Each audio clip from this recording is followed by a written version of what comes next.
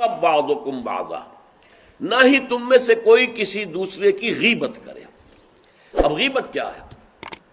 کسی شخص کی غیر موجودگی میں اس کی کوئی برائی بیان کرنا، یہ غیبت ہے۔ یہ ہے اس کی ٹیکنیکل ڈیفینیشن۔ لیکن یہاں بھی جان لیجئے ہر غیبت غلط نہیں ہے۔ بس اوقات ایسا ہوتا ہے کہ آپ کا کوئی بھائی ہے، وہ کہیں رشتہ کرنا چاہ رہا ہے اور وہاں کے بارے میں آپ کے پاس کوئی معلومات ہے ایسی جو اس بیچارے کے علم میں نہیں ہے، اور آپ اسے بتاتے ہیں کہ بھائی وہاں یہ معاملہ ہے، ذرا سوچ لو، تو اس میں در حقیقت غیبت نہیں ہے، بلکہ یہ اپنے اس بھائی کو کسی برائی سے بچانے کی کوشش ہے۔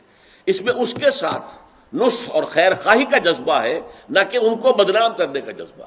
اگر کوئی سبب ہے ہی نہیں اور آپ بیان کر رہے ہیں تو یہ غیبت ہے۔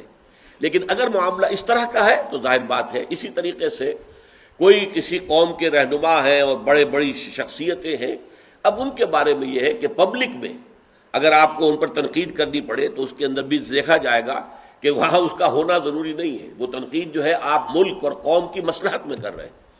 تو گویا کہ اس طریقے سے غیبت کی ہر شکل جو ہے وہ حرام نہیں ہے۔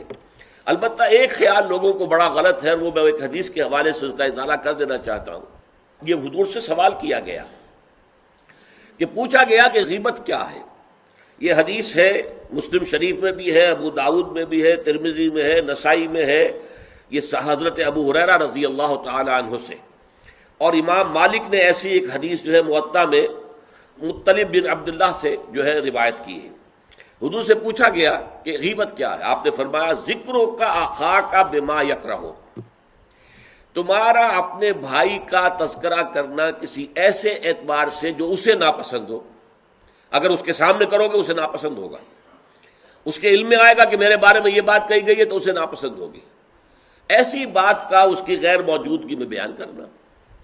اب قیلا کہا گیا، سوال کیا گیا، افرأیتا کہ حضور آپ ذرا غور کیجئے، ان کان فی اخی ما اقول، اگر میرے بھائی میں وہ شے واقعتاً موجود ہے جو میں کہہ رہا ہوں تو کیا اس صورت میں بھی غیبت ہوگی؟ قال، فرمایا حضور نے، غور سے سنیے، ان کان فیہ ما تقول فقد اغتبت، اگر تو اس میں وہ برائی ہے جو تم کہہ رہے تو تم نے غیبت کی، وَإِن لَمْ يَكُنْ فِيهِ، اور اگر نہیں ہے اس میں وہ شے اور تم پھر بھی کہہ رہے ہو ما تقول فقد بہتہ، تو تم نے اس پر بہتان لگایا ہے، یہ تو دوہرا جرم ہو گیا۔ اس میں کوئی خرابی نہیں ہے، برائی نہیں ہے اور آپ بیان کر رہے ہیں تو یہ تو بہتان ہے۔ البتہ کسی میں کوئی برائی ہے، خرابی ہے، نقص ہے تو یہ در حقیقت جو ہے آپ کا اس کی غیر موجودگی میں بیان کرنا یہ غیبت ہے۔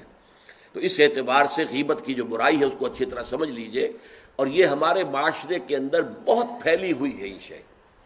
بلکہ یہ کہا جاتا ہے اور صحیح کہا جاتا ہے کہ وہ کئی کورسز کا ڈنر ہونے کے بعد جو ہے پھر جب گفتگویں ہوتی ہیں تو معلوم ہوتا ہے کہ سب سے زیادہ لذیذ ڈش جو ہے وہ ایک دوسرے کی غیبت ہے۔ اور ہوتا کیا ہے، شادی کا کہیں پر مجمع لگا ہوا ہے اور جو ہے وہ ابھی بارات نہیں آئی ہے یا کوئی اور مسئلہ ہے، بیٹھے ہوئے ہیں، تو جب 3 آدمی بیٹھے ہوں گے تو کسی اور کی غیبت کریں گے، اور جب ان میں سے ایک اٹھ کے چلا جائے گا تو اب یہ دونوں اس کی غیبت کریں گے۔ یہ ہمارے معاشرے کا عام رخ ہے، یہ ہمارا جو ہے یہ گویا کہ سب سے زیادہ ڈیلیشس ڈش جو ہے وہ غیبت ہے۔ تو اس کے لیے شدت کے ساتھ روکا گیا۔